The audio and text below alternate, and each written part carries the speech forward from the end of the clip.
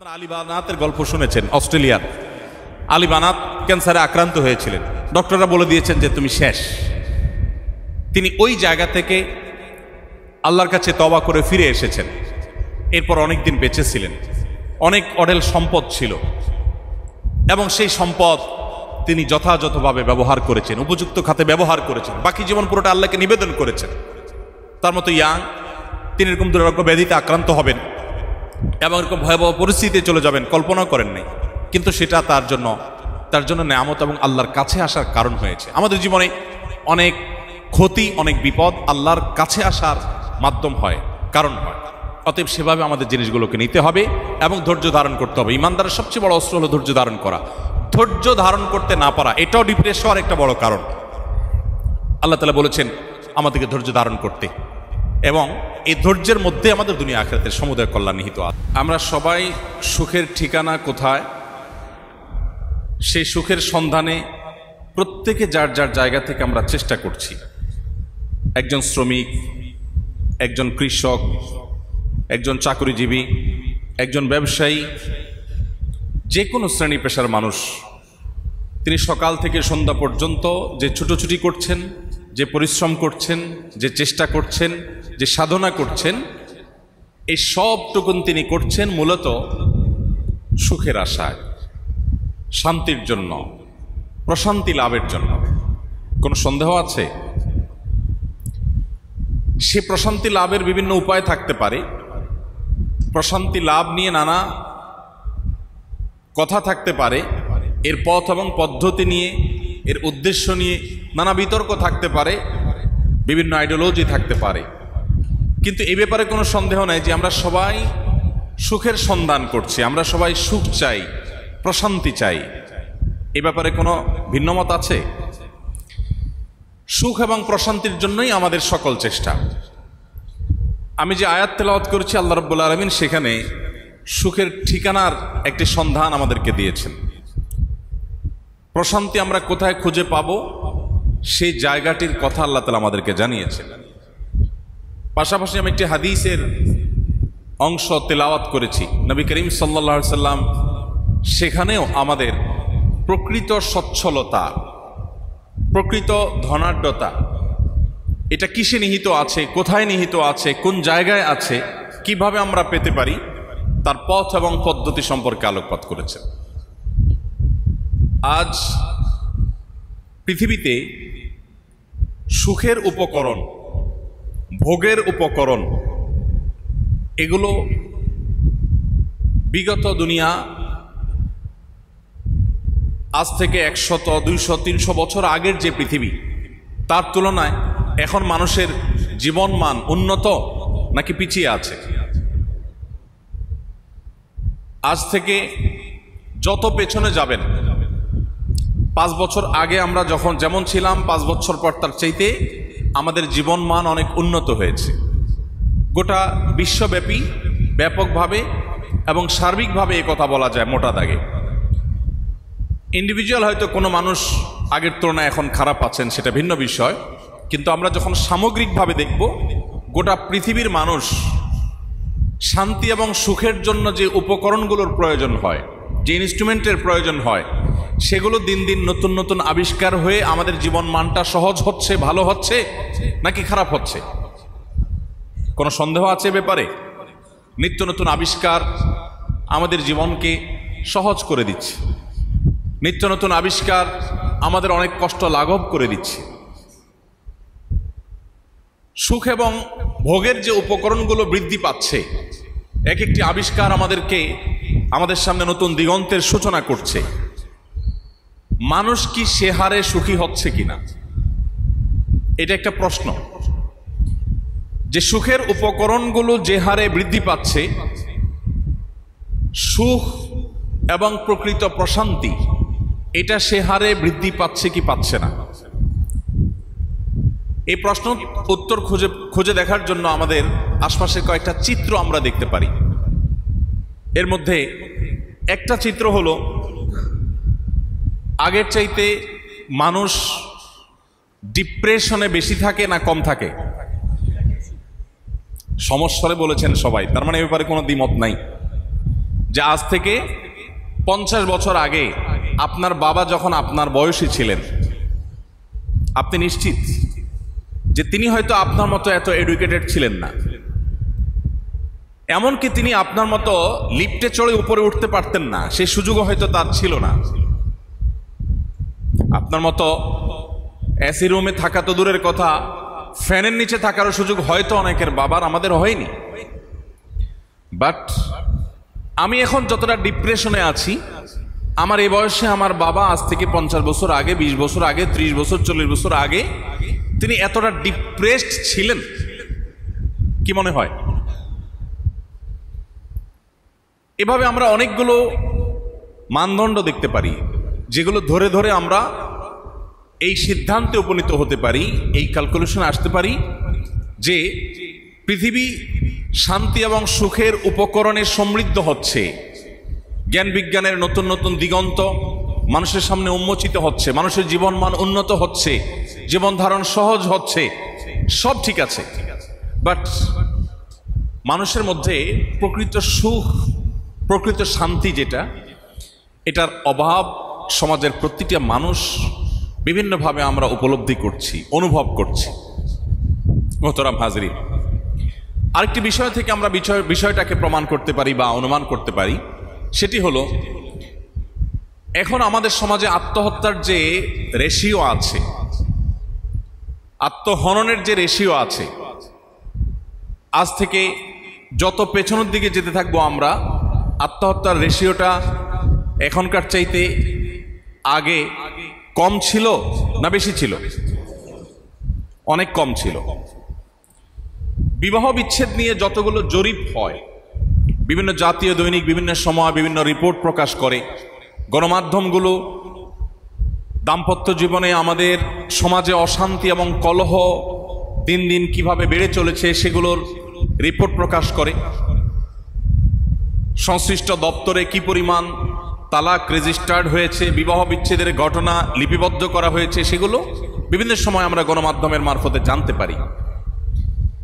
এ বিষয়ে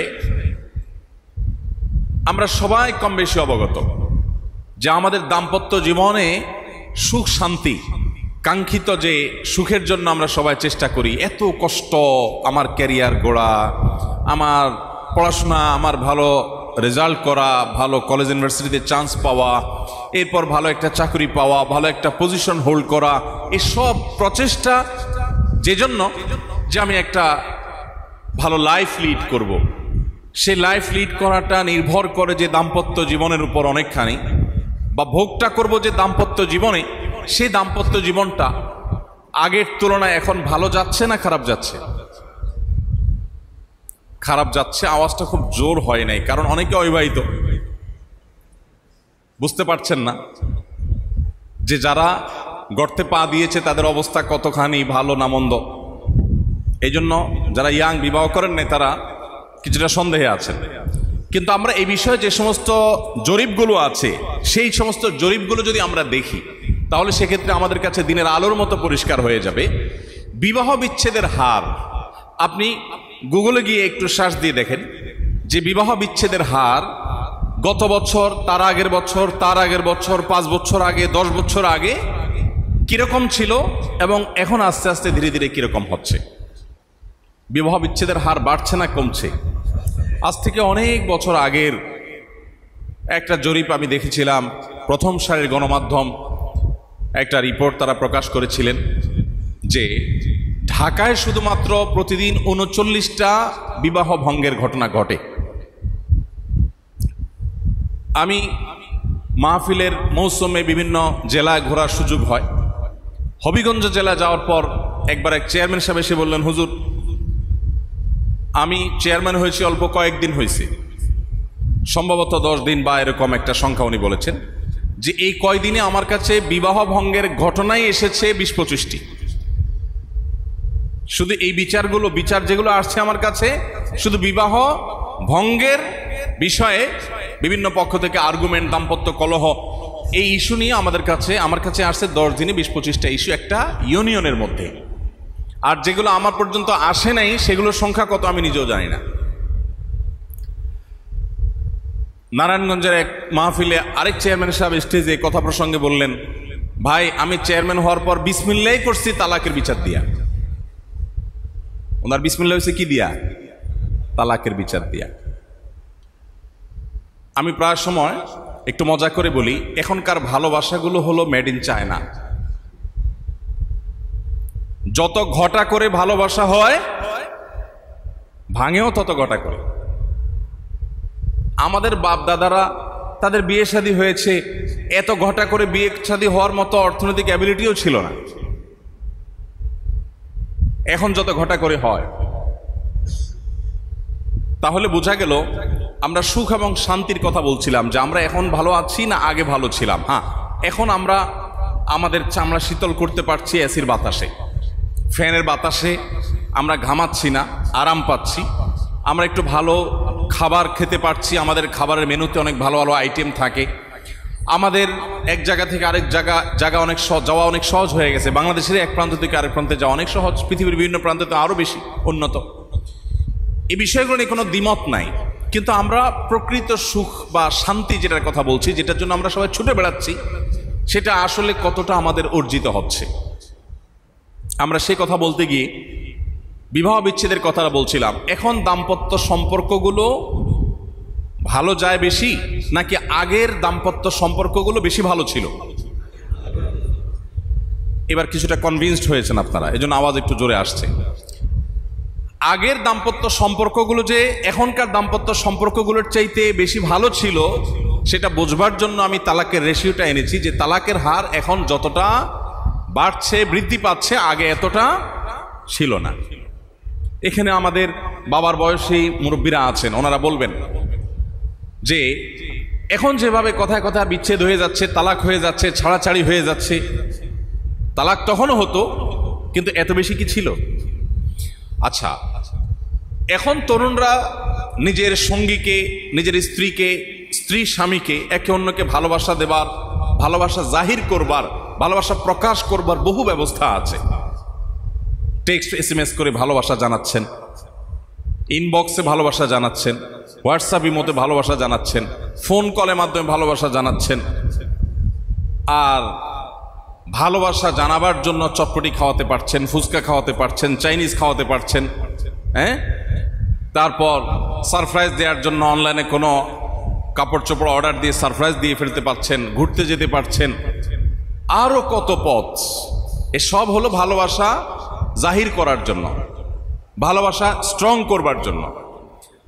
আসলে একটু আমরা পেছনে যাই। আমাদের বাপদাদারা, আমরা ছোটবেলা যা দেখেছি, বা আমাদের সিনিয়র যারা ছিলেন, আজ থেকে 20, 25, 30 বছর আগে যারা দাম্পত্য জীবনে আমাদের মতো পর্যায়ে ছিলেন, তাদেরটা আমরা একটু দেখি। তারা একে অন্যকে ভালোবাসা জাহির করার এত সুযোগ আমাদের মতো কি পেয়েছিলেন? আমি একটা চিত্র বলি গ্রামের, আমি গ্রামের ছেলে। সকালে ঘুম থেকে উঠার পর জামাই বেচারা কাজে বের হয়ে চলে গেছেন, সেটা খেতে হোক, দোকানে হোক, যেখানে হোক। আর বউ সেই বেচারি একটা ঝাড়ু হাতে নিয়ে সব ঝাড়ু দেওয়া পরিষ্কার করার মধ্যে লেগে গেছেন, এবং এরপরে রান্না বাড়া কাজ কাম এগুলো করতে করতে সারাদিন পার হয়ে গেছে। জামাই বউ সারাদিনের মধ্যে একবার টেক্সট SMS পাঠানো তো পরের কথা, ভিডিও কল বা ভয়েস মেসেজ পাঠানো তো পরের কথা, সারাদিনের মধ্যে একবার চেহারাটা দেখার সুযোগও পাইতো না। ওই রাতে সবাই ঘুমায় গেলে তারপরে যায় দুজন দুজনের চেহারা দেখার সুযোগ পাইতো, ততক্ষণে আবার হারিকেন ডিম হয়ে গেছে। সারা বছরে একটা শাড়ি দিলে দ্বিতীয় শাড়ি দিতে হিসেব করতে হতো কয়জনে দিতে পারতো। আর এখন শপিং মলে যে ছেড়ে দিয়ে কি কি লাগবে তোমার আসো, ক্যাশ কাউন্টারে আমি আসি, তুমি আসো, শুধু কার্ড পাঞ্চ করে দিব, সব কেটে নিয়ে যাবে। তাহলে আমাদের বাচ্চারা এত ভালোবাসাবাসী জাহির করার সুযোগ পান নাই, এত কিছু দিতে পারেন নাই। এমনকি স্ত্রী তার স্বামীকে সেজে গুজে মেকআপ করে অনেক সুন্দর করে নিজের প্রতি আকৃষ্ট করবেন, সেই সুযোগও বেচারীরা পান নাই। এখন ইয়াংরা আমরা পাচ্ছি, তাই না? তাহলে কি দাঁড়ালো? ভালোবাসাবাসীর সকল উপকরণ এখন আমাদের হাতে আছে, তাদের হাতে ছিল না। ভালোবাসাবাসীর জন্য সময় ব্যয় করা বহু পদ্ধতি পথ আমাদের সামনে খোলা আছে, তাদের সামনে বেচারাদের সামনে ছিল না। একটা চিঠি লিখে সেটা প্রপার জায়গা পর্যন্ত পৌঁছানোটাও টাফ ছিল, আর এখন কোনো ব্যাপারই না। তাহলে কি দাঁড়ালো? যে সুখের উপকরণের কোনো কমতি বা ঘাটতি নাই, কিন্তু আমাদের মধ্যে শান্তিটা নাই। তাদের মধ্যে সুখের উপকরণের অভাব ছিল, বাট শান্তিটা ছিল। 50-60 বছরের দাম্পত্য জীবন পার হয়ে গেছে, খুব বেশি অসুবিধা মধ্যে পড়তে হয় নাই, বেগ পেতে হয় নাই। এখন অনেক বৃদ্ধ মুরব্বী চাচারা আছেন, স্ত্রীকে ছাড়া এক মুহূর্ত থাকতে পারেন না। স্ত্রী উনি ওনার স্বামীকে ছাড়া, বৃদ্ধ লোকটাকে ছাড়া এক মুহূর্ত থাকতে পারেন না। আর যুবক পোলাপান আজকাল বেশিরভাগ ফ্যামিলিতে বিয়ের সময় ব্যান্ড পার্টি ভাড়া করে এনে ডান্স, নাচ, গান, ডাকডোল পিটিয়ে, সে তো বিয়ে করছে না, মনে হচ্ছে সে একটা তুলকালাম কাণ্ড ঘটাচ্ছে। তার বিবাহ উপলক্ষে যে গান বাদ্যযন্ত্রের অত্যাচার, যে টর্চার, যে শব্দ সন্ত্রাস হয়, তাতে গোটা এলাকার মানুষ রীতিমতো অতিষ্ঠ হয়। উনি কিছু একটা ঘটাচ্ছেন, উনি বিয়ে করছেন, উনি সেটা জানান দিচ্ছেন। এরপরে কয়দিন যাইতে না যেতে দেখা যায় ডিভোর্স লেটারের ছড়াছড়ি। মোহতারাম হাজরিন, তাহলে বোঝা গেল যে আমরা শান্তির জন্য সবাই ছুটে বেড়াচ্ছি এবং শান্তির অনেক উপকরণও আমরা আবিষ্কার করতে পারছি, বাট শান্তি এবং সুখ এর দিকে আমরা খুব কম মানুষই অগ্রসর হতে পারছি। নবী করিম সাল্লাল্লাহু আলাইহি সাল্লামের যে হাদিস আমি পাঠ করেছি, সেখানে তিনি বলেছেন, লাইসাল গিনা বিকাসরাতিল আরদ ওয়ালাকিন্নাল গিনা গিনান নফস। অনেক সম্পদ আহরণ করার মধ্যে সচ্ছলতা নিহিত নাই। একটা মানুষ অনেক সম্পদ আহরণ করে ফেলেছে, এই লোকটাই প্রকৃত সচ্ছল নয়। আক্ষরিক অর্থে বাহ্যিকভাবে তাকে সচ্ছল বলা যেতে পারে, প্রকৃত অর্থে তিনি সচ্ছল নাও হতে পারেন। যদি কেউ মনের দিক থেকে সচ্ছল হন, মনের দিক থেকে কেউ যদি ধনী হন, তাহলে তিনি আসলেই ধনী। এখন মনের দিক থেকে ধনী জিনিসটা কি আবার? মানে আমি নিজেকে ধনী মনে করলাম, তাতে আমি ধনী হয়ে যাব? মনের দিক থেকে ধনী হওয়ার মানে হলো আমার মনে কোনো অভাব নেই, আমার মনে কোনো অভাব নেই। আমি যে অবস্থায় আছি, যেই জায়গায় দাঁড়িয়ে আছি, আমার হয়তো ব্যাংক ব্যালেন্স নাই, আমার হয়তো খুব বেশি অ্যাসেট সম্পদ নাই, আমার হয়তো খুব ভালো উন্নত ক্যারিয়ারের হাতছানি আমার সামনে নাই, আমি হয়তো অনেক কষ্টে আছি, কিন্তু এই কষ্টে থাকা মুহূর্তগুলোকে আমি যদি এনজয় করতে চাই, আমি যদি এই মুহূর্তের মধ্যে থেকেও সুখী হতে চাই, তাহলে আমার মন থেকে একটা শব্দ উচ্চারিত হতে হবে যে আল্লাহ আমাকে যা দিয়েছেন, যে অবস্থা রেখেছেন, আমার কোনো অভিযোগ নেই, কোনো অনুযোগ নেই। আমি এটাকে এনজয় করছি, আমি এটাকে অ্যাপ্রিসিয়েট করছি, আমি এটাকেই আলিঙ্গন করছি, এটাকেই বুক পেতে নিচ্ছি, এটাকেই ভালোবাসছি। মন খুলে আল্লাহকে আমি কৃতজ্ঞতা জানিয়ে, আল্লাহকে থ্যাঙ্কস জানিয়ে আমি যদি বলতে পারি আলহামদুলিল্লাহ, এই লোকটা সুখী। এই লোকটা কি? আরেকজনের অনেক টাকা পয়সা আছে, অনেক ব্যাংক ব্যালেন্স আছে, অনেক অ্যাসেট আছে, অনেক সহায় সম্পদ আছে, তিনি ভালো রেজাল্ট করতে পেরেছেন, ভালো ক্যারিয়ার করতে পেরেছেন, ভালো চেয়ারে যেতে পেরেছেন, অনেক কিছু হয়েছে, বাট তারপরও তার চাওয়া এখনো বাকি আছে। একটা চেয়ারে গেছেন, এর পরের চেয়ারটা টার্গেট, ওইটাতে বসতে হবে আমাকে, ওইটাতে বসার পরে টার্গেট হলো তার পরেরটা। তাহলে এই লোকটা আসলে অভাবী, কারণ তার অভাব আছে। অনেকে দেখবেন বিল্ডিং হয়তো 6-7 তলার ফাউন্ডেশন দেওয়া, অনেক কষ্ট হচ্ছে 3 তলা করেছেন, এরপরে রড বের করে রাখেন। ছাদে গেলে দেখবেন যে রড বের করে রাখছে। রড বের করে রাখার মানে কি? মানে হলো ওনার আরো একটা তলা করার প্রয়োজন আছে। টিনের ঘর আলা বেচারার কিন্তু রড বের করার কোনো অপশন নাই। টিন দিয়া ঘর বানানোর পরে বেচারা আলহামদুলিল্লাহ হাত মুছে সে ঘরে ঢুকে যায়, যাক ঘর শেষ।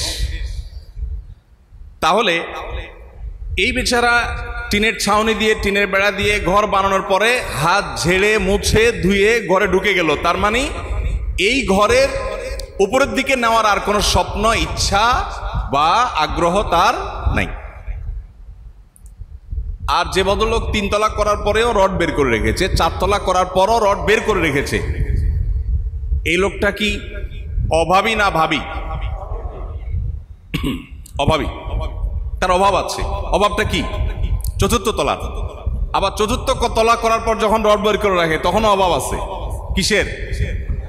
5ম তলার। 5ম তলার পরে যখন রড বের করে রাখে তখন অভাব আসে। কিসের অভাব? 6ষ্ঠ তলার।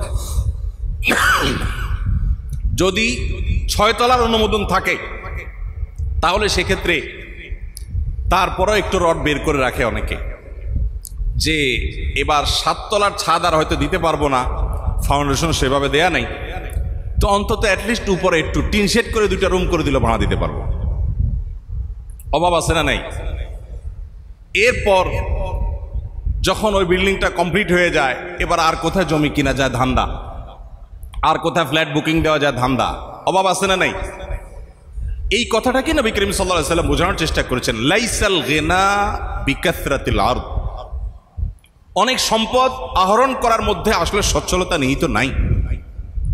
এই লোকটা দিন শেষে কিন্তু অভাবী, তার মনে অভাব বোধ আছে, টান আছে, এবং তিনি যত ধনী হন না কেন তার আরো দরকার আছে। আর এর বিপরীতে ওয়ালাকিন্নাল গিনা গিনান নফস, যে ব্যক্তি আল্লাহর কৃতজ্ঞ বান্দা, যে অবস্থায় আছে সে অবস্থাকে সে অ্যাপ্রিসিয়েট করে। আপনি খুব ভালো ফলাফল করতে পারলেন না, আপনি ছাত্র মানুষ, আপনার টার্গেট ছিল অমুক জায়গায় যাওয়া, কিন্তু পরীক্ষা ভালো হয়নি, বা যেভাবেই হোক আপনি সে জায়গায় যেতে পারলেন না, আপনি ডিপ্রেসড হয়ে গেলেন। আপনি অভাবী, আপনি অভাবী, বিকজ আপনার চাওয়াটা পূরণ হয়নি, আপনি সেটার জন্য আপনি কিন্তু ডিপ্রেসড। আরেকজন স্টুডেন্ট পরীক্ষা দিয়েছে, তার একটা টার্গেট ছিল একটা জায়গায় যাবে, কিন্তু হয়নি, ব্যাটে বলে চেষ্টা করেছে। তিনি বলছেন আল্লাহ শুকর, আল্লাহ জেহালে রাখে আলহামদুলিল্লাহ। কত ভালো ফলাফল করার পরও অনেকের ক্যারিয়ার খুব ভালো জায়গায় যেতে পারেনি, তুলনামূলকভাবে খারাপ ফলাফল করে অনেক অনেক ভালো ক্যারিয়ার গড়ে ফেলতে পেরেছে। অতএব বিষয়টা আল্লাহর হাতে, আমার এটা তো চিন্তার কিছু নাই, আল্লাহ শুকর আলহামদুলিল্লাহ, সুখী। আমি কি বুঝাতে পারছি? আজ এই কথাগুলো আপনাদের সামনে বলার উদ্দেশ্য হলো যে আমাদের তরুণ প্রজন্মের মধ্যে ডিপ্রেশনের পরিমাণ এতটাই বেড়ে চলেছে যে আমরা কদিন পর পর এমন এমন মর্মান্তিক সংবাদ শুনতে পাই যা আমাদের হৃদয়কে ব্যথিত করে, যা আমাদের ভবিষ্যৎ প্রজন্মকে নিয়ে শঙ্কিত করে, আমাদেরকে আতঙ্কিত করে। সম্মানিত উপস্থিতি, একজন মুসলমান হিসাবে আপনার বিশ্বাস থাকবে আল্লাহ রাব্বুল আলামিন আমার জন্য যা ফয়সালা করে রেখেছেন, আমার তাকদিরে যা নির্ধারণ করে রেখেছেন, এর বাইরে কিছুই হবে না। এবং আল্লাহ রাব্বুল আলামিন আমাকে যদি কখনো কোনো পরীক্ষার মধ্যে ফেলেন, কষ্টের মধ্যে ফেলেন, আমার কোনো কাঙ্ক্ষিত বিষয় যদি আমি অর্জন করতে নাও পারি, একজন মুসলিম হিসাবে আমার হারাবার কিচ্ছু নেই। নবী করিম সাল্লাল্লাহু আলাইহি ওয়াসাল্লাম বলেছেন, আজাবান লি আমরিল মুমিন ইন্না আমরাহু কুল্লাহু খায়র। ইমানদারের ইস্যুটাই বড় পিকুলিয়ার, অদ্ভুত, বড় আশ্চর্যজনক। ইমানদারের বিষয়টা এটা হলো অনেকটা হাতির মতো, হাতি মরলেও লাখ, বাঁচলেও লাখ। নবী সাল্লাল্লাহু আলাইহি ওয়াসাল্লাম এই বিষয়টি ব্যাখ্যা করতে গিয়ে বলছেন, ইন আসাবাহু খায়রুন, যদি ইমানদারের কোনো সুখের দেখা পায়, পরীক্ষা ভালো ফলাফল হলো, আমি যা চাইলাম, এই কলেজে ভর্তি হওয়ার আগে যা এক্সপেকটেশন ছিল যে এখানে আমাকে পুরাতন ভাইয়েরা, সিনিয়র ভাইয়েরা কিভাবে বরণ করে নিবে, টিচারদের বিহেভ কেমন হবে, কর্তৃপক্ষ কতটা হেল্পফুল হবে, যা আমার এক্সপেক্ট ছিল, যা আমার প্রত্যাশা ছিল, তার চাইতে আমি বেশি পেয়েছি বা প্রত্যাশা অনুযায়ী পেয়ে গেছি। তখন ইমানদার সাথে সাথে আল্লাহ শুকর আদায় করবে, আলহামদুলিল্লাহ আমি যা চেয়েছি তা পেয়েছি, আমি হ্যাপি। এই যে শুকর আদায় করলো, একদিক থেকে সে তার প্রত্যাশা পূরণ হলো, সুখী হলো, অপর দিক থেকে সে এটার কারণে আল্লাহকে থ্যাঙ্কস জানালো, তাহলে সে সুখীও হলো, আবার আল্লাহকে শুকরিয়া জানানোর মাধ্যমে তার আখিরাতও সে বিনির্মাণ করে ফেললো। ইমানদার সুখী হয়েও সুখী। আর যদি সে যা এক্সপেক্ট করেছে প্রতিষ্ঠান থেকে সেটা পায় নাই, তাহলে সেক্ষেত্রে তার আশাভঙ্গ হয়েছে, তার প্রত্যাশার বিপরীত হয়েছে। সে মনে করেছিল তার জন্য ফুল অপেক্ষা করছে, কিন্তু আনফরচুনেটলি ফুল অপেক্ষা করে নাই। তাহলে তার যে কষ্ট হলো, ক্ষতি হলো, সমস্যায় নিপতিত হলেন, সেজন্য তিনি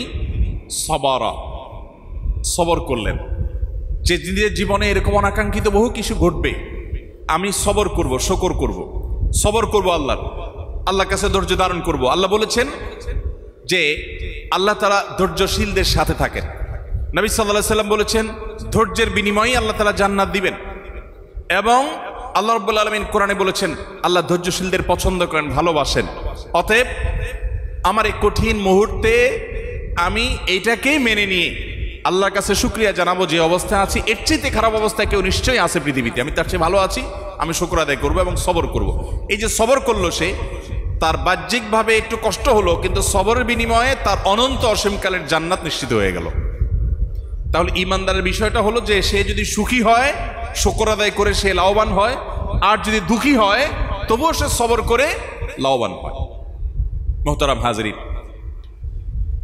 ঈমানদার সম্পর্কে আল্লাহ বলেছেন যালিকা বিআন্নাল্লাহা মাওলাল্লাযীনা আমানু ওয়া আন্নাল কাফিরিনা লা মাওলা লাহুম। একজন অবিশ্বাসী মানুষের সাথে একজন ঈমানদারের পার্থক্যের জায়গা হলো এখানে যে বিশ্বাসী মানুষ, ঈমানদার, তার অভিভাবক আছে, তার একটা বলার জায়গা আছে। আমি প্রায় সময় বলার চেষ্টা করি, আপনি আমি যত বড় শিক্ষিত হই না কেন, যত বড় ক্ষমতার মালিক হই না কেন, আপনি আমি যত বড় চেয়ারে অধিষ্ঠিত হই না কেন, যত সম্পদের অধিকারী হই না কেন, যত বড় মানুষ হই না কেন, প্রত্যেকটা মানুষ মুখাপেক্ষী। আল্লাহ সুবহানাহু ওয়া তাআলা এই কথাকেই কোরআনে বলেছেন যে আনতুমুল ফুকারা, তোমরা সবাই অভাবী। পৃথিবীতে কোনো মানুষ প্রকৃত অর্থে ধনী হতে পারে না, প্রত্যেকের অভাব আছে, প্রত্যেকের দুর্বলতা আছে, প্রত্যেকের চাওয়া এবং পাওয়ার জায়গা আছে, সে যেই হোক না কেন।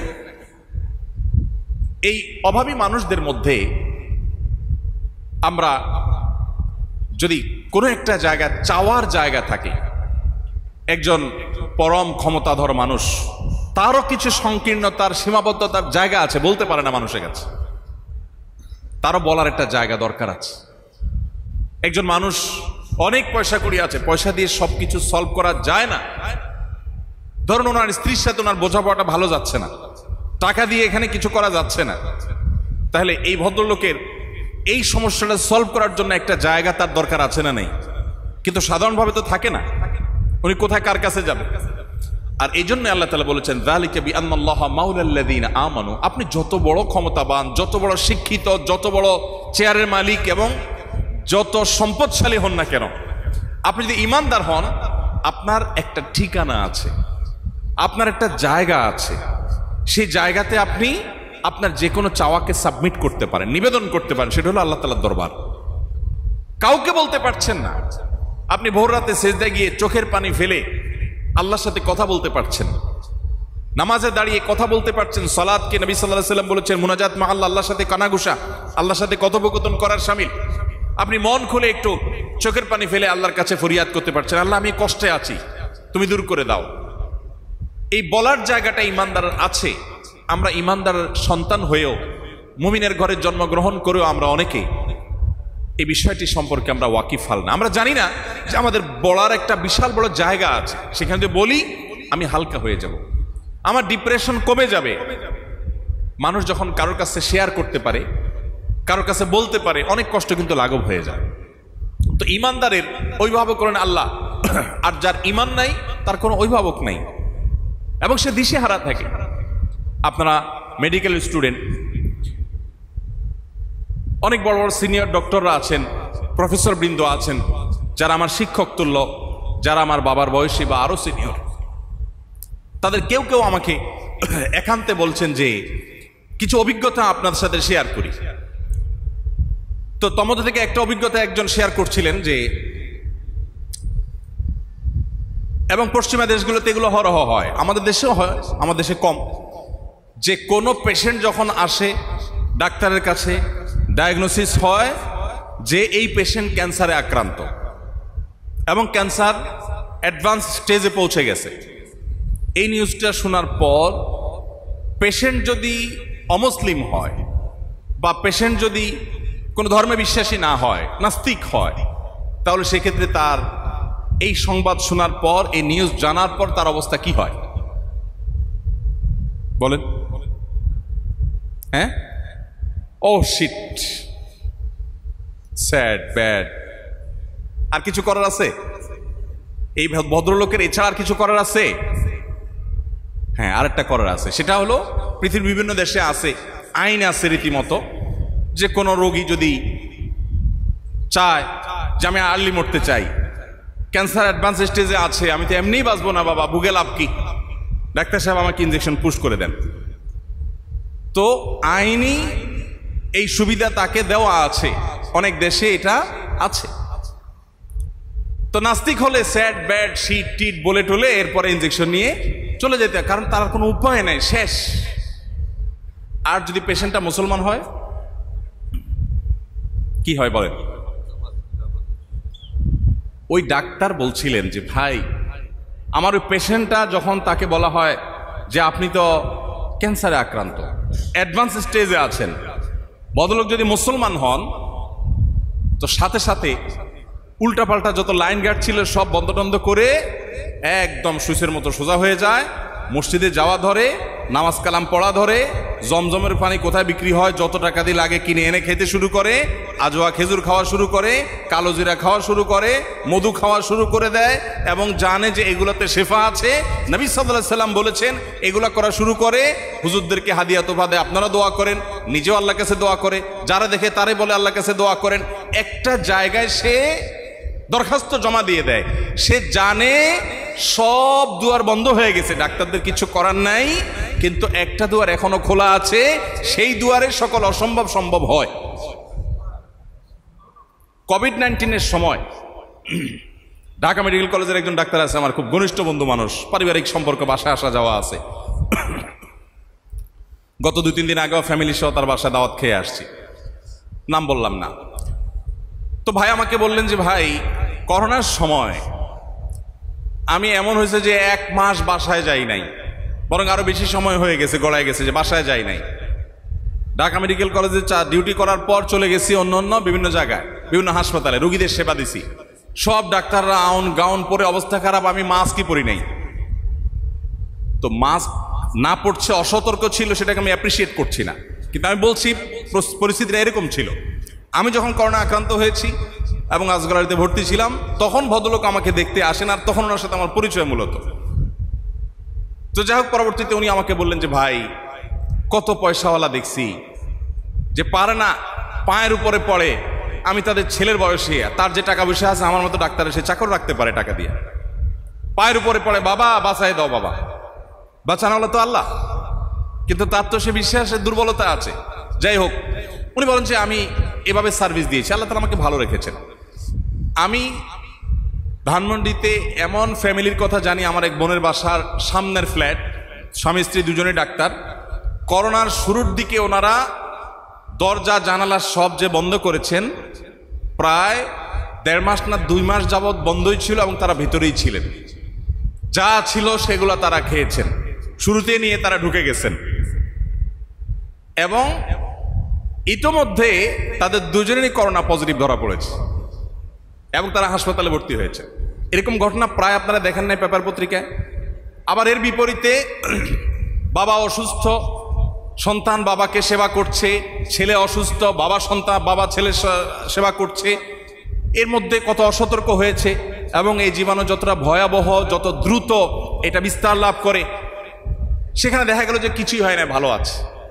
বলেন, এখানে বৈজ্ঞানিক ব্যাখ্যা দিয়ে আপনি কি বুঝাবেন? কিছু বোঝানোর সুযোগ আছে? ওই ভদ্রলোকের ঘরে কোত্থেকে এই কোভিড-19 গিয়ে তার ওখানে অ্যাটাক করে বসলো, আর এত মাখামাখি করলে কিছুই হলো না। আপনি যদি ইমিউন সিস্টেম দুর্বল, স্ট্রং আর দুর্বলের কথা বলেন, তো অ্যাটলিস্ট রোগ তো ধরা পড়বে, তার শরীরের সেই রোগই ধরা পড়ে না একবারও টেস্টে। কাহিনী কি ভাইরা আমার? ইমানদারের ভরসার জায়গা হলো আল্লাহ রাব্বুল আলামিন। এটা মানুষকে কত শক্তিশালী জায়গায় নিয়ে যায়। কোভিড-19 সময় সারা পৃথিবীর সব দেশে কম বেশি সাফার করেছে, তাই না? আপনি একটা জিনিস খেয়াল করে দেখবেন, মুসলিমরা তুলনামূলকভাবে একটু কম সাফার করেছে, ঠিক না? আপনি মানে সারা ওয়ার্ল্ডেই দেখেন যে মুসলিম দেশগুলো বা মুসলিম প্রধান শহরগুলো মুসলমানরা তুলনামূলক কম সাফার করেছে। ওই করোনার সময় একটা টেলিভিশন টকশোতে এক ভদ্রলোক ধর্ম বিশ্বাসী নন, তার সাথে একটা টকশোতে আমাকে একবার ডাকা হলো। আমি এই ধরনের টকশো যাই না, সাধারণত যাই না, কারণ এটা আমার সাবজেক্ট না, তারপরে যেতে হলো বিশেষ কারণে। তো প্রসঙ্গত এই কথা উঠে আসলো যে মুসলমানদের একটা বড় শক্তির জায়গা হলো আল্লাহর উপরে ভরসা। যে কোনো মানুষ যখন জানে যে আমার পেছনে একটা ছায়া আছে, হাত আছে, যে হাতটা আমি ধরতে পারি, তখন কিন্তু তার শরীরের মধ্যে এমন ইমিউন সিস্টেম স্ট্রং হয়ে যায় যে তার মনোবল চাঙ্গা হয়ে যায়। মুসলমানদের সেই জিনিসটা আসেন নাই। তো ইমানদার কিভাবে ডিপ্রেসড হয়ে যায়, ইমানদার কিভাবে ভেঙে পড়ে? আল্লাহ রাব্বুল আলামিন বলেছেন, ওয়ালা ইয়াইআস মির রাহিল্লাহি ইল্লাল কওমুল কাফিরুন, আল্লাহর রহমত থেকে যাদের কোনো আল্লাহর প্রতি কোনো সৃষ্টিকর্তার প্রতি বিশ্বাস নাই, তারা কাফেররা, তারা আল্লাহর প্রতি নিরাশ হতে পারে, তাদের আশা হতে পারে ও স্যাড ব্যাড বলে ইনজেকশন নিয়ে চলে যেতে পারে, বাট ইমানদার তো এটা করতে পারে না। ইমানদার তো একটা ভরসার জায়গা, আস্থার জায়গা আছে। আজ আমাদের তরুণরা আমরা আল্লাহকে চিনছি না, আল্লাহর সাথে আমাদের দূরত্ব বাড়ছে, দিন যত যাচ্ছে বাড়ছে, এবং দূরত্ব বাড়ার কারণে আমরা সুখী হতে পারছি না। আমি যে কথা শুরুতে বলছিলাম সেই জায়গায় ফিরে আসছি, সুখের উপকরণ বাড়ছে কিন্তু আমরা সুখী হতে পারছি না। প্রতি বছর আত্মহত্যার প্রবণতা বাড়ছে।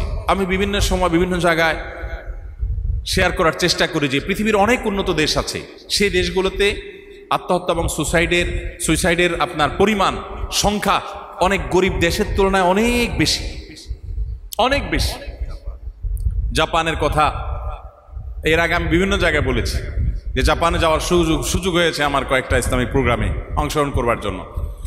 তো সেখানে এর আগে আমি বিভিন্ন জায়গায় শেয়ার করেছি, এক বাংলাদেশি আমাকে বলছেন যে ভাই, আমাদের কোম্পানিতে যখন এমপ্লয়ীদের জন্য কোনো ওয়ার্কশপের আয়োজন করা হয়, কোনো ট্রেনিংয়ের আয়োজন করা হয়, সেখানে একটা জিনিস প্রায় বলা হয়, সেটা হলো যে তোমরা এই কোম্পানির এমপ্লয়ি, এখান থেকে তোমাদের রুটি রুজির ব্যবস্থা হয়, তোমাদের প্রতি একটা অনুরোধ, তোমরা যদি কেউ আত্মহত্যা করতে চাও তাহলে জার্মানি আত্মহত্যার জন্য লাইফ ব্যাগ আবিষ্কার করেছে, খুব সহজে আত্মহত্যা করা যায়, তোমরা সেটা চুজ করতে পারো।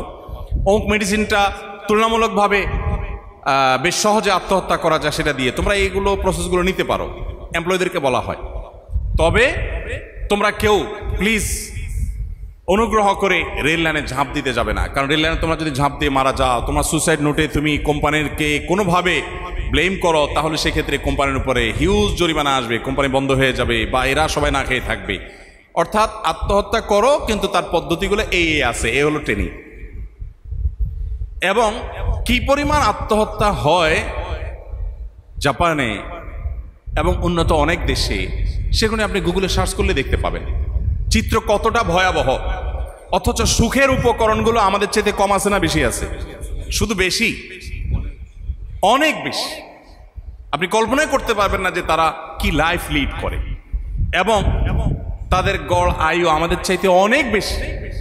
বৃদ্ধরা তো মরেই না, বা যা রাস্তায় গেলে আপনি টোকিওতে দেখবেন যে বৃদ্ধ সকালবেলা বের হয়েছে একটা কুকুর নিয়ে, কারণ আর কেউ সাথে নাই, ছেলে ছেলের হালে চলে গেছে, মেয়ে মেয়ের হালে চলে গেছে, বুড়া একা আছে, ওই কুকুরটাই তার সঙ্গী। 80, 90, 95 পর্যন্ত টিকছে, মৃত্যু হচ্ছে না, সুখে আলহামদুলিল্লাহ। অর্থাৎ আপনার সুখে বলতে আপনার তারা স্বাস্থ্যগত দিক থেকে ভালো আছে, অন্য অনেক দিক থেকে ভালো আছে, কিন্তু প্রকৃত অর্থে সুখের সন্ধান না পাওয়ার কারণে আত্মহত্যার দিকে চলে যাচ্ছে। আজ আমাদের তরুণ প্রজন্মের মধ্যে যে ডিপ্রেশনের ভয়াবহ একটা চিত্র আমরা দেখতে পাচ্ছি, শুধু তরুণদের কথা বলবো না, মধ্যবয়সী আমরা অনেকে আছি যারা ডিপ্রেশনের ভয়াবহ একটা জায়গায় চলে গেছে। এই জায়গায় যাওয়ার অন্যতম প্রধান কারণ হলো আমাদের ঈমান দুর্বল হয়ে গেছে। অ্যাজ এ মুসলিম আমি আমার ঈমানের খোঁজ খবর নেই, আমার ঈমানটাকে আমি শানিত করি নাই, আল্লাহর সাথে আমার সম্পর্কটা খুব বেশি ভালো করতে পারি নাই, যার কারণে আমার ঈমান দুর্বল হয়েছে। আল্লাহর প্রতি বিশ্বাস এবং আস্থা যার যত দুর্বল হবে, ডিপ্রেশন তার উপরে তত বেশি ঝেঁকে বসবে। আর যে আল্লাহর প্রতি ঈমান যত স্ট্রং করতে পারবে, ডিপ্রেশন তার ধারে কাছেও ততটা আসতে পারবে না। কারণ সে জানে, সে যে আল্লাহ বিশ্বাস করে, সে আল্লাহ হলেন ফাআলুল লিমা ইউরিদ, তিনি যা খুশি তা করতে পারেন, তার কোনো সীমাবদ্ধতা নেই, তিনি কাদির, তিনি সবকিছু করতে পারেন, এই বিশ্বাস তার আছে। যার কারণে সেই মহাশক্তির কাছে তার আশ্রয় নেওয়ার সুযোগটা আছে, এই জন্য সে ডিপ্রেসড হয় না। সম্মানিত উপস্থিতি, আমাদের জীবনে নানা বাধা, নানা বিপত্তি, নানা সমস্যা আসবে। আমরা যদি আল্লাহর প্রতি বিশ্বাস এবং ঈমানের উপরে অটল অবিচল থাকি, তাহলে ইনশাআল্লাহ তাআলা আমরা দেখব যে আমাদের মধ্যে ডিপ্রেশনের পরিমাণ অনেক কমে গেছে এবং আমরা যে যে অবস্থা আছি সে অবস্থা আমরা সুখে আছি আলহামদুলিল্লাহ। আপনি কলেজ বিশ্ববিদ্যালয় পড়ুয়া শিক্ষার্থীদের সাথে যদি মাদ্রাসা পড়ুয়া শিক্ষার্থীদেরকে একটু কম্পেয়ার করেন এই একটি বিষয়ে, যে কলেজ ইউনিভার্সিটির ছেলেরা, মেয়েরা বা আমাদের স্কুল কলেজের ছেলে মেয়েরা, তারা যতটা ডিপ্রেশনে ভোগে, তারা যতটা আপনার টেনশনে ভোগে, যতটা হতাশাগ্রস্ত হয়, মাদ্রাসার ছাত্রদেরকে যদি আপনি কম্পেয়ার করেন এই জায়গায়, তো মাদ্রাসার ছাত্রদেরকে দেখবেন তাদের মধ্যে এত হতাশা কিন্তু নাই। এত হতাশা আছে? আপনি আত্মহত্যা মাদ্রাসার ছাত্রদের মধ্যে আত্মহত্যার রেশিও কত পাবেন? 1% কি পাবেন? স্কুল কলেজের সাথে যদি কম্পেয়ার করেন, অন্য অনেক দিক থেকে হয়তো তাদের চাইতে আপনারা এগিয়ে আছেন, কিন্তু এই একটা জায়গায় অর্থাৎ মানসিক প্রশান্তিটা তাদের মধ্যে আপনার চাইতে একটু বেশি আছে, আপনাকে স্বীকার করতে হবে। বিকজ তারা ওই যে আত্মহত্যার দিকে যাচ্ছে না, তারা অনেক খুশি কি, অথচ তাদেরকে তো অনেক বেশি আরো ডিপ্রেসড হওয়ার কথা ছিল, কারণ তাদের সামনে উন্নত ক্যারিয়ারের হাতছানি নাই, সামাজিক স্বীকৃতি নাই। আপনি একটা মেডিকেল কলেজে চান্স পেয়েছেন, এইটাই তো আপনার সামাজিক ভাবসাব আসার জন্য যথেষ্ট। কিন্তু ওই বেচারা পড়ে কোথায়? মাদ্রাসা। কি করো বাবা? কোথায় পড়ো? মাদ্রাসায় পড়ি। বস, এই এক কথাই তো তার সামাজিক অবস্থান, পারিবারিক অবস্থান, রাষ্ট্রীয় অবস্থান, সব জায়গায় তার অবস্থান অনেক তলানিতে। এরপরও খুব ভালো, আপনার মতো ভালো পরিবেশ সে পাচ্ছে না, তারপরও সে অনেক সুখে আছে। আর এই কথাটাকে আল্লাহ তাআলা কোরআনে বলেছেন, আলা বিযিক্রিল্লাহি তাতমাইন্নুল কুলুব। আপনি ডাক্তার হন, আপনি ইঞ্জিনিয়ার হন, আপনি ব্যবসায়ী হন, আপনি পেশাজীবী হন, আপনি কৃষক হন, আপনি যেই হন না কেন, আপনার মধ্যে যদি ঈমান থাকে আর আল্লাহর স্মরণটা আপনার মধ্যে যদি থাকে, আল্লাহর ইবাদত যদি আপনি করেন, তাহলে আপনার অন্তরটা প্রশান্ত থাকবে। আপনি যত কষ্টে থাকেন না কেন, আপনার মুখ থেকে হাসি বের হবে এবং আলহামদুলিল্লাহ বের হবে, যদি আপনার মধ্যে ঈমান এবং আমালে সালেহ থাকে। ভাইরা আমার, আমরা অনেক যুবকরা আছি, আপনারা বেশিরভাগ এখানে স্টুডেন্ট, অনেক ভাই আপনাদের মধ্যে হয়তো আছেন যে আল্লাহর সঙ্গে একান্তে নিজের মনের কথাগুলোকে বলা, চোখের পানি ফেলা, দোয়া নিবেদন করা, ইবাদত করা, নিঃসঙ্গে নির্জনে একাকী আল্লাহর সাথে কথা বলা, এই সুযোগটা আমাদের অনেকের জীবনে হয় নাই। আমরা অনেকে ইবাদত বন্দেগীর মাধ্যমে শান্তি খোঁজার চেষ্টাটুকুও করি নাই কখন। আমি আপনাদেরকে অনুরোধ করব, আপনি একজন মুসলমান হিসাবে আপনি কিছুদিনের জন্য হলেও আল্লাহর ইবাদত এবং দাসত্ব করে দেখুন। দেখুন, পৃথিবীর অন্য সবার দাসত্ব মানুষের মাথাকে নত করে, মানুষকে ডিপ্রেসড করে। মানুষ মানুষের দাস হবে, কেউ কারোর অধীনে থাকলেই তো তার কাছে বন্দি বন্দি মনে হয়। কিন্তু আহকামুল হাকিমিন আল্লাহ রাব্বুল আলামিনের দাসত্বের মধ্যে এক অবর্ণনীয় তৃপ্তি আছে। আল্লাহকে যখন কেউ সিজদা নিবেদন করে মন খুলে তার সাথে একটু কথা বলতে পারে, সে একটু হালকা বোধ করে, মনের দুঃখটা দূর করার সুযোগ লাভ করে। আমি আপনাদেরকে আহ্বান করব সেই পথে অগ্রসর হওয়ার জন্য। আপনি যখন আল্লাহর সাথে পরিচিত হবেন এবং সেই সাথে জাগতিক জ্ঞান অর্জন করবেন, তখন আপনি হবেন এই সমাজের সবচেয়ে মূল্যবান সম্পদ। এই সমাজ আপনার দ্বারা কোনো ক্ষতিগ্রস্ত হবে না, লাভবানই হতে থাকবে। বিশেষ করে আপনারা মেডিকেল কলেজের স্টুডেন্ট, আপনারা ভবিষ্যতে এক একজন ডক্টর হবেন।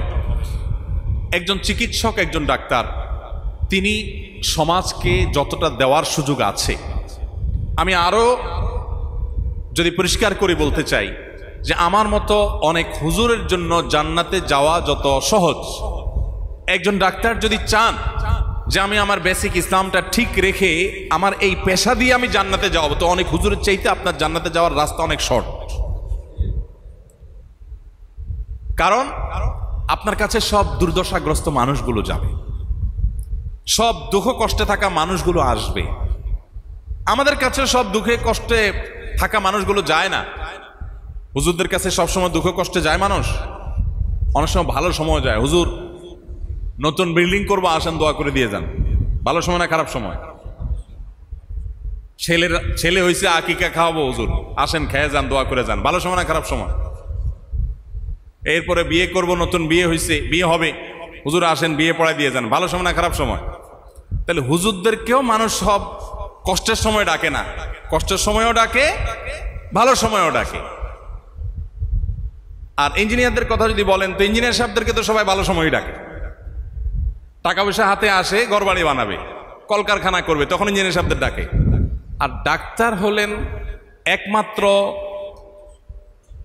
একমাত্র পেশার অধিকারী, যে পেশার মানুষদের কাছে মানুষ কখনো সুখে যায় না। মানুষ যায় কিসে? দুঃখে। শতভাগ মানুষ দুঃখে যায়, শতভাগ মানুষ দুঃখে যায়, দুর্দশায় যায়। মানুষের সেবা করার জন্য এই পেশার মানুষদের জন্য আল্লাহর দুয়ার যতটা উন্মুক্ত, অন্য কোনো পেশার মানুষদের জন্য এতটা উন্মুক্ত না, এতটা উন্মুক্ত না, বা অন্য অনেক পেশার মানুষের জন্য এতটা উন্মুক্ত না।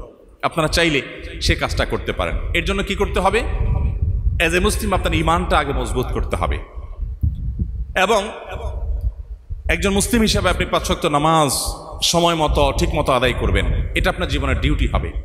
এটা আপনার রবের সাথে একটা কানেকশনের জায়গা। ওই যে বললাম, আপনি যেই হন না কেন, আপনার পাওয়ার হাউসের সাথে, আপনার আল্লাহ রাব্বুল আলামিনের সাথে আপনার কানেকশনের একটা রুট থাকতে হবে, একটা ওয়ে থাকতে হবে। তাহলে হবে কি, আপনি যত বড় ডাক্তারই হন, আপনারও কিছু বিষয় বলার থাকবে, অন্যদের কাছে বলতে পারবেন না, বলার একটা জায়গা দরকার।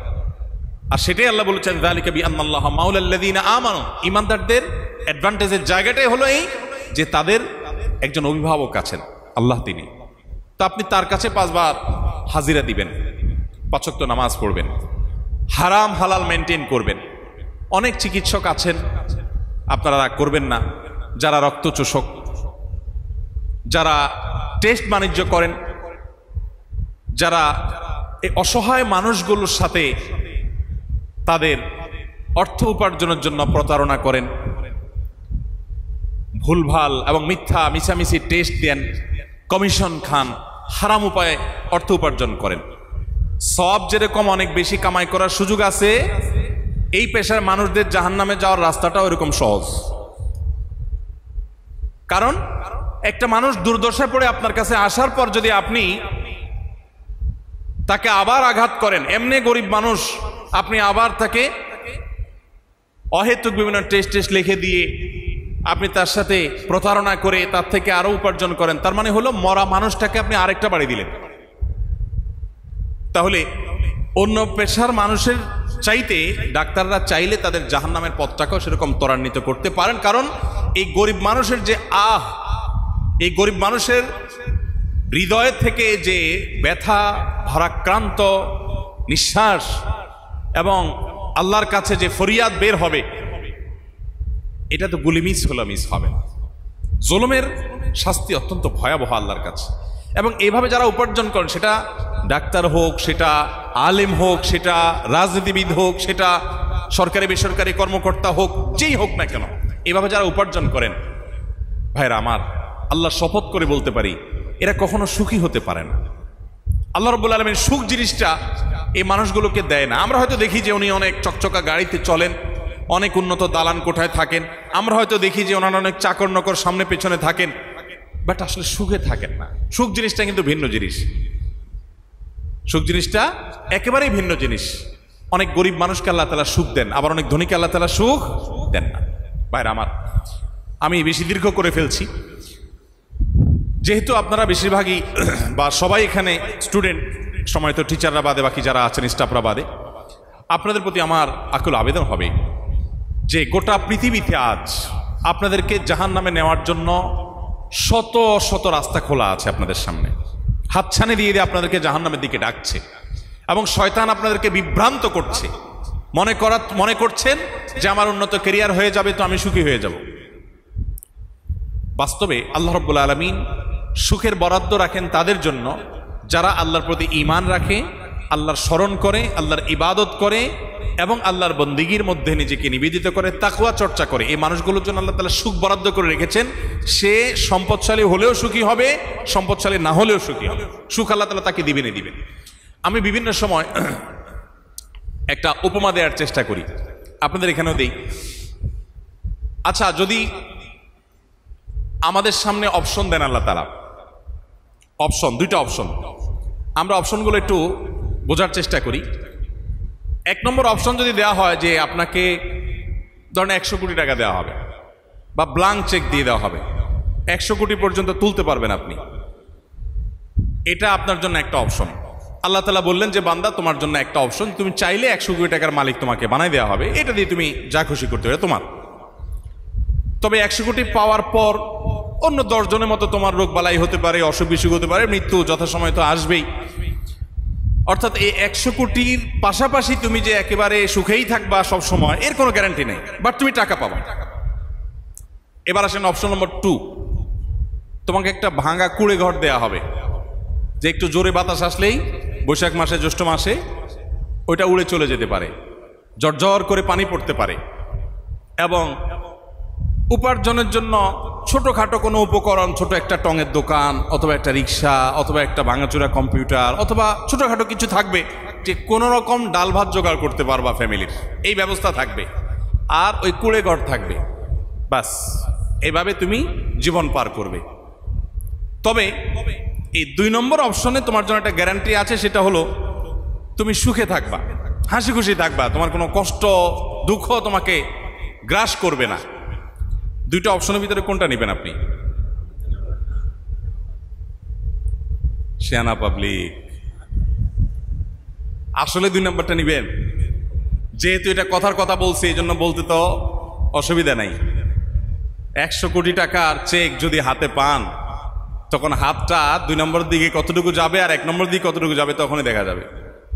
দেখুন, এটা মানুষের প্রকৃতি, যে মানুষ মনে করে যে আমার অনেক টাকা পয়সা হলে, অনেক ব্যাংক ব্যালেন্স হলে, অমুক চেয়ারে গেলে আমি বোধহয় সুখী হয়ে যাব। আপনি যে চেয়ারে যাওয়ার জন্য লালায়িত, ওই চেয়ারে থাকা বহু ভদ্রলোক আপনাকে দেখে আক্ষেপ করে, আরে এই বেটা আমার চাইতে কত সুখে আছে, আমি যে শীত কি যে একটা অবস্থার মধ্যে আছি বলতেও পারি না। হতে পারে কি পারে না?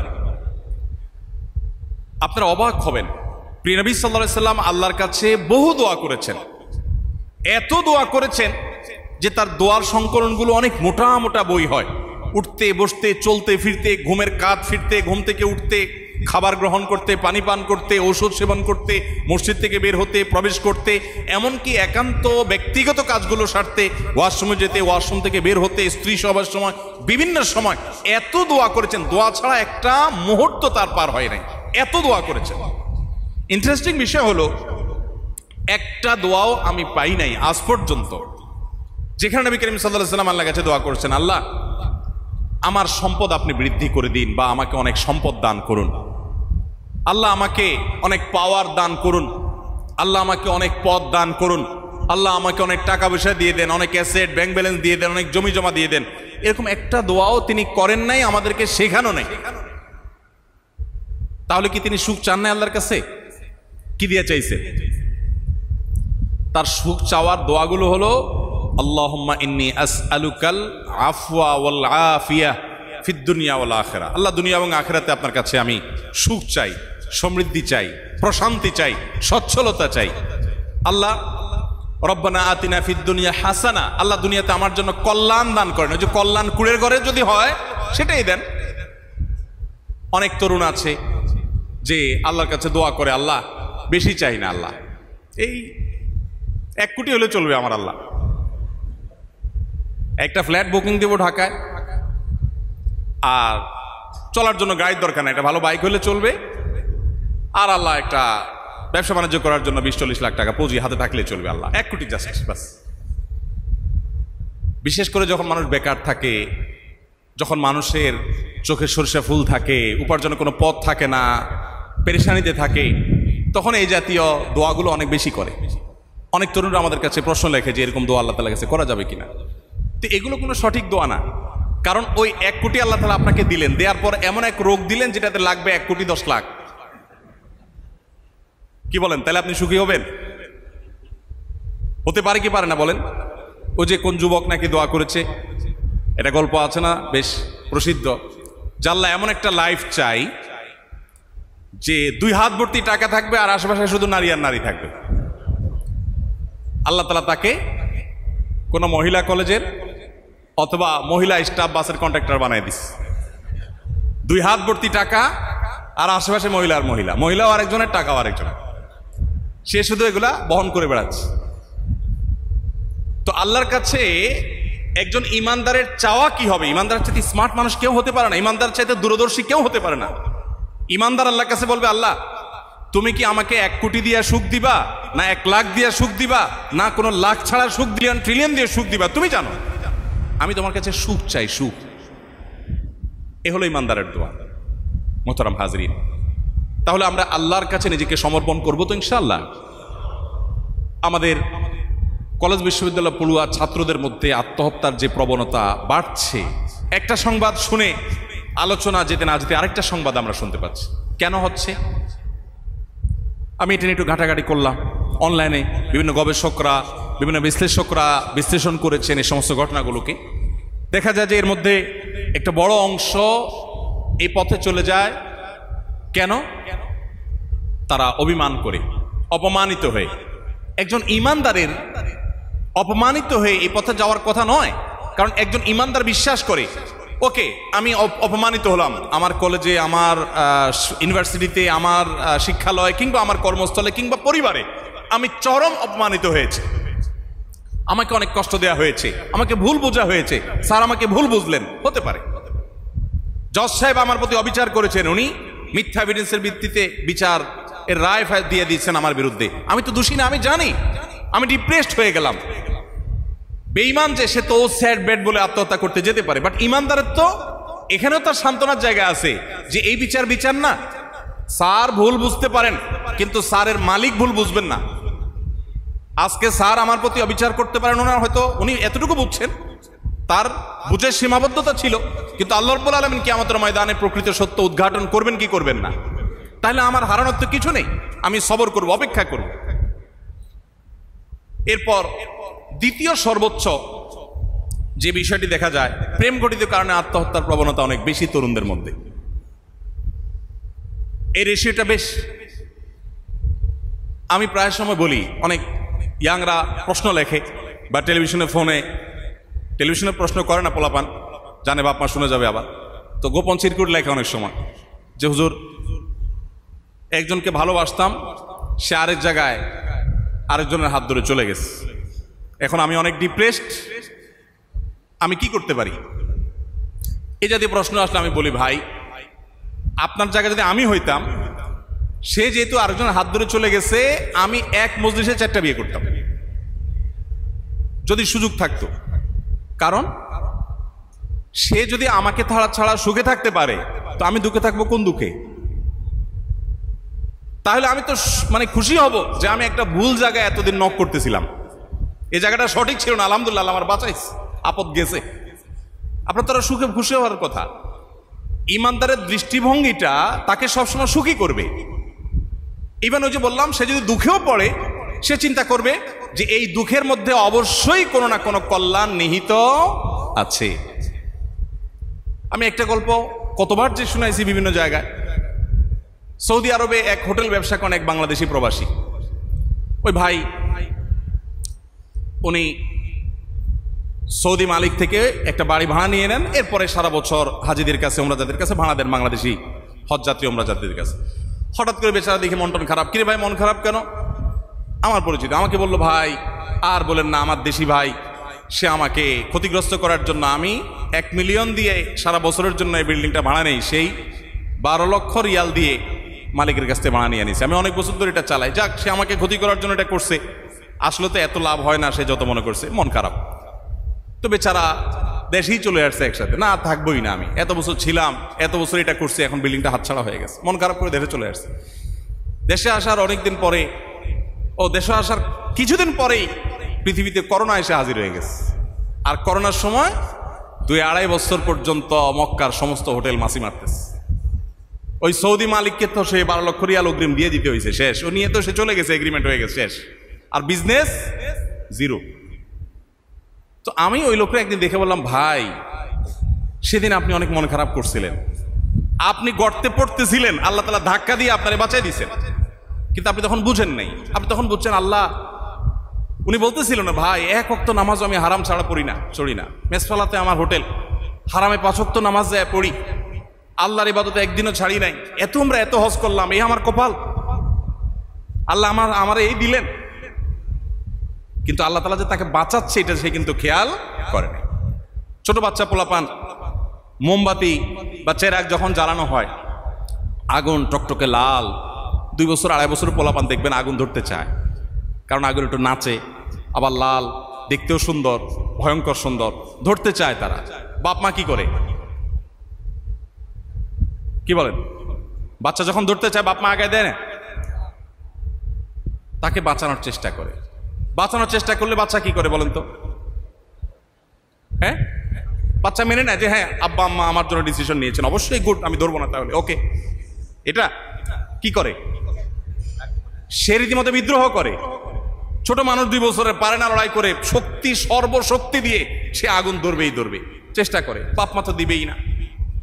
এবার কোনো মতে যখন না পারে, শেষ অস্ত্র, মেয়েদের শেষ অস্ত্র, বাচ্চাদের শেষ অস্ত্র, কান্নাকাটি শুরু করে দেবার। কান্নাকাটি কাঁদতে কাঁদতে কাঁদতে কাঁদতে এবার সে পারলে শহীদ হয়ে যায় কাঁদতে কাঁদতে, এমন অবস্থা।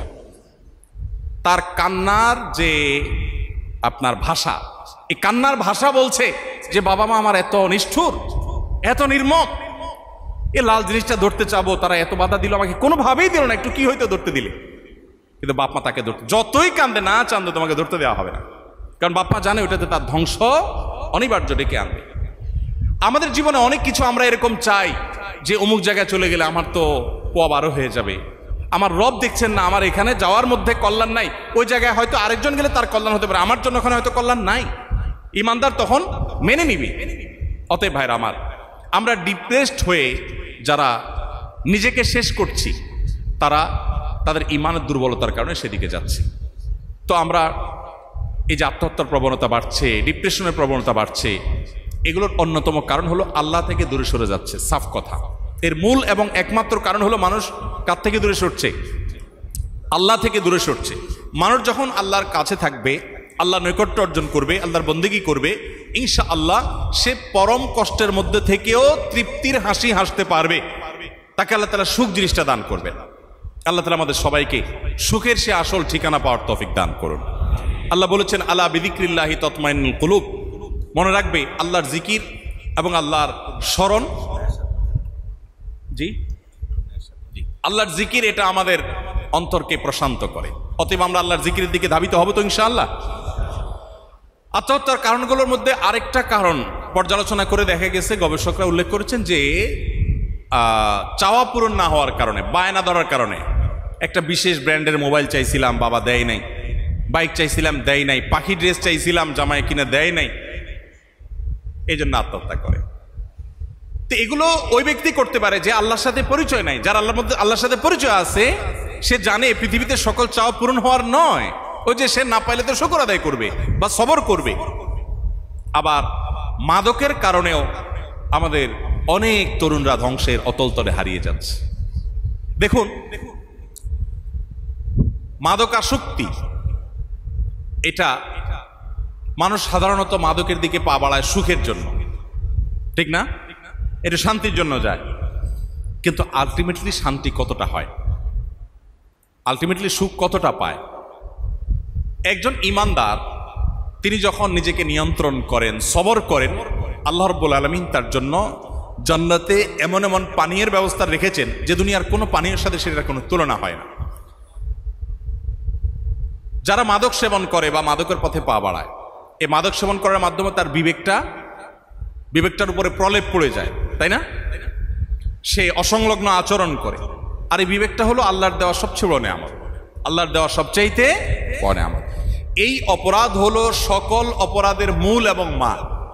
একটা মানুষ যখন মাদকের দিকে পা বাড়ায়, তখন সে তার হিতাহিত জ্ঞান আর থাকে না। তখন সে বাবা মার সাথে রাফ বিহেভ করে, সে স্ত্রীর প্রতি টর্চার করে, সে নিজের ব্যবসা বাণিজ্য শেষ করে দেয়, নিজের কেরিয়ার শেষ করে দেয়, নিজের স্বাস্থ্য শেষ করে দেয়, ভালো মন্দ পরখ করার মতো অবস্থা থাকে না। তার দ্বারা মানুষ খুন করাও সহজ হয়। গোটা পৃথিবীতে যত অপরাধ হয়, বিশেষ করে মানুষ হত্যা সংশ্লিষ্ট যত অপরাধ হয়, এই অপরাধগুলোর সাথে যারা জড়িত হয়, তারা প্রত্যেকে মাদকাসক্তি, এটা মাদক সেবন, এটা তাদের সে পথে যাওয়ার জন্য অনেক বড় একটা উপায়, অর্থাৎ এর মাধ্যমে তারা সেদিকে যেতে পারে। সম্মানিত উপস্থিতি, আমাদের সামনে সেই মাদকের হাতছানি আছে, আমি জানি আপনারা বয়সে তরুণ, মনে রাখবেন এই পথে একবার যারা পা বাড়ায়, এরপরে ফিরে আসার সম্ভাবনা খুব ক্ষীণ থাকে, খুব অল্প সংখ্যক মানুষ ফিরে আসতে পারে। আপনার জীবনে ধূমপানের অফারও যদি কারোর কাছ থেকে পান, ঘৃণা বরে সেখান থেকে প্রত্যাহার করে আপনি সেই পথ ছেড়ে আপনাকে ফিরে আসা উচিত। সেই মেরুদণ্ড আপনার থাকা উচিত। মনে রাখবেন, গড্ডালিকা এবং স্রোতের তালে গা ভাসানোর জন্য কোনো যোগ্যতার প্রয়োজন হয় না। স্রোতের বিপরীতে চলার জন্য অনেক যোগ্যতার প্রয়োজন হয়। আপনার ম্যাক্সিমাম বন্ধুরা হয়তো ধূমপান করে, বা আপনার অনেক বন্ধুরা হয়তো মাদকের দিকে হাত বাড়িয়েছে, অনেকে হয়তো হারাম রিলেশন করে। আপনি করবেন না, আপনি সবর করবেন, কারণ জান্নাতের পথযাত্রীদের সংখ্যা খুব বেশি থাকে না। জোয়ারের বিপরীতে চলা মানুষগুলো জান্নাতে যায়, আর জোয়ারের বিপরীতে চলার জন্য মেরুদণ্ডের প্রয়োজন হয়। অতএব আপনাদেরকে মাদকের বিরুদ্ধে নিজেদের বিরুদ্ধে নিজেদের সংগ্রামের সিদ্ধান্ত নিতে হবে যে মাদকের ধারে কাছে আমি যাব না। মাদক আসক্ত তো দূরের কথা, ধূমপানে আসক্ত কোনো মানুষ আমার বন্ধু হতে পারে না, আমার কাছের কেউ হতে পারে না।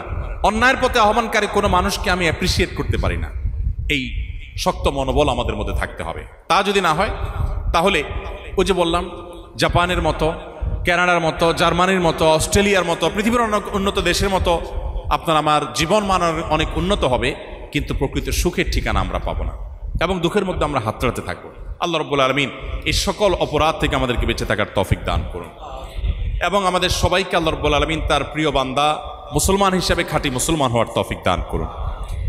আপনি একজন চিকিৎসক হিসাবে, একজন ডক্টর হিসাবে, আপনি একজন চিকিৎসা সেবা দানকারী হিসেবে আপনার জন্য জান্নাতে যাওয়ার পথ অনেক সহজ। বেসিক ঈমান ঠিক থাকার পর ইসলামের বেসিক বিষয়গুলো আপনি মেনে চলেন। খুব বেশি নফল ইবাদত বন্দি করার দরকার নাই। আমার মতো অনেক হুজুরের অনেক নফল ইবাদত আপনার চিকিৎসার নিয়তে, সেবার নিয়তে, মানুষ উপকার করার নিয়তে, আল্লাহর কাছে সওয়াবের আশায় যদি আপনি মানুষকে সেবা দেন, সেই সেবাটা আমার নফল ইবাদতের চাইতে শত শত হাজার হাজারের বেশি উত্তম হতে পারে। অতএব এই অপরচুনিটি আমাদের হাতছাড়া করা উচিত হবে না। আল্লাহ তাআলা আমাদের সবাইকে সেই কল্যাণের পথে চলার তৌফিক দান করুন। সুখের সেই ঠিকানা আমরা যেন খুঁজে পাই, সন্ধান পাই, আল্লাহ তাআলা আমাদের সেই তৌফিক দান করুন। সকল হারাম থেকে, সকল অনাচার থেকে বেঁচে থাকতে হবে। আজ আমাদের তরুণদের মধ্যে আমাদের সে আদর্শবান তরুণ খুঁজে পাওয়া যায় না। আমরা আমাদের ছেলেবেলায় যে তরুণদেরকে দেখেছি, বা আমাদের চেয়ে যারা আরো সিনিয়র তারা যে তরুণদেরকে দেখেছেন, আমাদের তরুণদের মধ্যে সেই তারুণ্যের যে কাঙ্ক্ষিত চিত্র সেটা দেখা যায় না। তখন তরুণদের মধ্যে সিনিয়রদেরকে শ্রদ্ধা করার মানসিকতা ছিল। বাবা মার অনুগত সন্তান পাওয়া যেত, দেখা যেত। তখন অপরাধ বোধ ছিল, অপরাধের প্রতি প্রবণতা কম ছিল। কিন্তু এখন চরম স্বেচ্ছাচারী হয়ে যাচ্ছি। পশ্চিমা মিডিয়ার কল্যাণে আমরা আজ ভালো মন্দ অনেক কিছু মিশে একাকার হয়ে যাচ্ছে আমাদের সামনে, এবং সেখান থেকে ভালোটা আমরা খুঁজে বের করতে পারছি না। অতএব আমাদের প্রত্যেকে যার যার ভালোটা আমাদেরকে খুঁজে বের করতে হবে, এবং আমরা সবাই আল্লাহর কাছে চলে যাচ্ছি। প্রত্যেকটা মানুষ আল্লাহর কাছে যেতে হবে, কোনো সন্দেহ আছে? কখন যাব আমরা কেউ জানি না।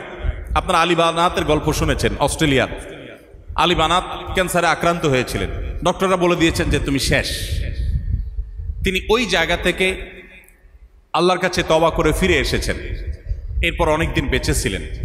অনেক অঢেল সম্পদ ছিল, এবং সেই সম্পদ তিনি যথাযথভাবে ব্যবহার করেছেন, উপযুক্ত খাতে ব্যবহার করেছেন। বাকি জীবন পুরোটা আল্লাহকে নিবেদন করেছেন।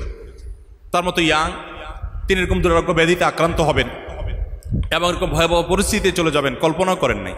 কিন্তু সেটা তার জন্য নেয়ামত এবং আল্লাহর কাছে আসার কারণ হয়েছে। আমাদের জীবনে অনেক ক্ষতি, অনেক বিপদ আল্লাহর কাছে আসার মাধ্যম হয়, কারণ হয়। অতএব সেভাবে আমাদের জিনিসগুলোকে নিতে হবে এবং ধৈর্য ধারণ করতে হবে। ইমানদারের সবচেয়ে বড় অস্ত্র হলো ধৈর্য ধারণ করা। ধৈর্য ধারণ করতে না পারা এটাও ডিপ্রেস হওয়ার একটা বড় কারণ। আল্লাহ তাআলা বলেছেন আমাদেরকে ধৈর্য ধারণ করতে, এবং এই ধৈর্যের মধ্যে আমাদের দুনিয়া আখিরাতের সমুদয় কল্যাণ নিহিত আছে। আমি দীর্ঘায়িত করে ফেলেছি এবং অনেক এলোমেলো কথা একদিক থেকে আরেক দিকে আমি চলে গেছি, কিন্তু আমার পুরো বক্তব্যের খোলাসা এবং সামারি হলো যে একজন ইমানদারের সুখের ঠিকানা তার হাতের নাগালেই আছে। আল্লাহর প্রতি ইমানকে যদি আমরা প্রগাঢ় করতে পারি, অ্যাজ এ মুসলিম হিসাবে যদি আমরা প্র্যাকটিসিং মুসলিম হয়, আমরা মুসলমানরা বেশিরভাগ হলাম সেকুলার মুসলিম না, যদি রেগুলার মুসলিম হতে পারি তাহলে ইনশাআল্লাহ সুখের ঠিকানা আমরা পেয়ে যাব। ডক্টর খন্দকার আব্দুল্লাহ জাহাঙ্গীর রহমতুল্লাহর নাম শুনেছেন আপনারা? ইসলামী বিশ্ববিদ্যালয় কুষ্টিয়ার প্রফেসর ছিলেন আল হাদিস ডিপার্টমেন্টের। স্যার একটা কথা বলতেন যে আমাদের দেশে মুসলমান দুই প্রকার, এক হলো সেকুলার মুসলমান, আর হলো রেগুলার মুসলমান। সেকুলার মুসলমান হলো এদেশের বেশিরভাগ মানুষ হইলো সেকুলার মুসলমান। রেগুলার মুসলমানের সংখ্যা খুব কম। সেকুলার মুসলমান বলতে এটা স্যারের নিজস্ব ভাষা এবং ওনার পরিভাষা। উনি বলতেন যে সেকুলার মুসলমান মানে হলো যে মুসলমানরা মনে করে ধর্ম সব জায়গায় টানাটানি করা ঠিক না, ধর্ম সব জায়গায় টানাটানি করা ঠিক না। এই টাইপের মানুষ কবরে মুনকার নাকির যদি জিজ্ঞাসা করে মা দিনুকা, তোমার ধর্ম কি, মুনকার নাকির হয়তো পাল্টা প্রশ্ন করে বসবে যে সব জায়গায় ধর্ম টানেন কে, বুঝেন নাই? ওনারা সব জায়গায় ধর্ম মানতে রাজি না। শুধুমাত্র নামাজটা পড়বে, মসজিদে বের হয়ে টুপিটা ভাঁজ করে প্যান্টে ঢুকে ফেলবে। টুপি তো ভাঁজ করে নেই, তার পুরো ধর্মই ভাঁজ করে ফেলছে সে। এরপর বাকিটা তার নিজের মন মতো চলবে। এলো সেকুলার মুসলমান। আর রেগুলার মুসলমান হলো ইন্না সলাতি ওয়া নুসুকি ওয়া মাহইয়ায়া ওয়া মামাতি লিল্লাহি রাব্বিল আলামিন। আমার সালাত, আমার জীবন সবকিছু আল্লাহর উদ্দেশ্যে নিবেদিত। আমি আমি আল্লাহ তাআলার গোলামি এবং দাসত্ব স্বীকার করেছি। আমি মুসলিম, আমি আত্মসমর্পণকারী। অতএব আমার মধ্যে স্বেচ্ছাচারিতার কোনো সুযোগ নেই। আল্লাহ বলেছেন উদখুলু ফিস সিলমি, তোমরা ইসলামে পরিপূর্ণভাবে দাখিল হও। আদা দিনা ভাইরা আমার, সালহাতু সঙ্গে বুদি দিল খারাস আজ মোদে এক জামানা খাকে বাস। পাথর হয়ে তো বহুকাল ছিলেন, একটু মাটি হয়ে কিছুদিন থাকেন। আমি রিকোয়েস্ট করে যাচ্ছি, মাটি হয়ে কিছুদিন থাকেন। আপনি নিয়মিত একটু কোরআনটা বুঝে বুঝে অর্থ সহকারে একটু পড়ার চেষ্টা করেন। আপনি 5 ওয়াক্ত নামাজ ঠিকমতো পড়েন। খুব বেশি পেরেশান থাকলে, মন খারাপ থাকলে 2 রাকাত নামাজ পড়ে একটু আল্লাহর কাছে চোখের পানি ফেলে দোয়া করেন। তাহাজ্জুদের সময় দাঁড়িয়ে পারলে আল্লাহর কাছে দোয়া করেন। সিজদায় গিয়ে চোখের পানি ফেলে আল্লাহর কাছে দোয়া করেন এবং আল্লাহর বিধিবিধানগুলোকে মেনে চলার চেষ্টা করেন। পরীক্ষামূলকভাবে একটা পিরিয়ড আপনি এভাবে চলার চেষ্টা করেন। আমি শপথ করে আপনাকে বলতে পারি, আল্লাহর উপরে ভরসা রেখে দায়িত্ব নিয়ে বলতে পারি, আপনার এই লাইফটাকে আপনার আল্লাহর নাফরমানের যে লাইফ, সেই লাইফের সাথে আপনি খুব পরিষ্কারভাবে কম্পেয়ার করতে পারবেন। আপনি দেখতে পাবেন যে জান্নাতের সুখ আল্লাহ তাআলা আপনার জীবনে দান করেছেন। আল্লাহ তাআলা আমাদের সবাইকে সুখের সে আসল ঠিকানা, সেটা যেন আমরা খুঁজে পাই, সেই তৌফিক দান করুন। মুসলমান হিসাবে পরিপূর্ণভাবে ইসলামে দাখিল হওয়ার তৌফিক দান করুন। আমাদের দেশে মানুষ মনে করে নামাজ না পড়লে কি হয়েছে, ইমান আছে। নামাজ না পড়লে কি হয়েছে, ইমান আছে। এটা একটা প্রবাদের মতো হয়ে গেছে, তাই না? অথচ ওমর রাদিয়াল্লাহু তাআলা বলেছেন লা হাজ্জা ফিল ইসলাম লিমান তারাকাস সালাহ, যে নামাজ পড়ে না এর ইসলামে কোনো অংশই নেই। অতএব 5 ওয়াক্ত নামাজ অন্তত ঠিকমতো পড়তে হবে, হারামকে না বলতে শিখতে হবে। আল্লাহ আমাকে আপনাকে আমাদের সবাইকে মানার তৌফিক দান করুন।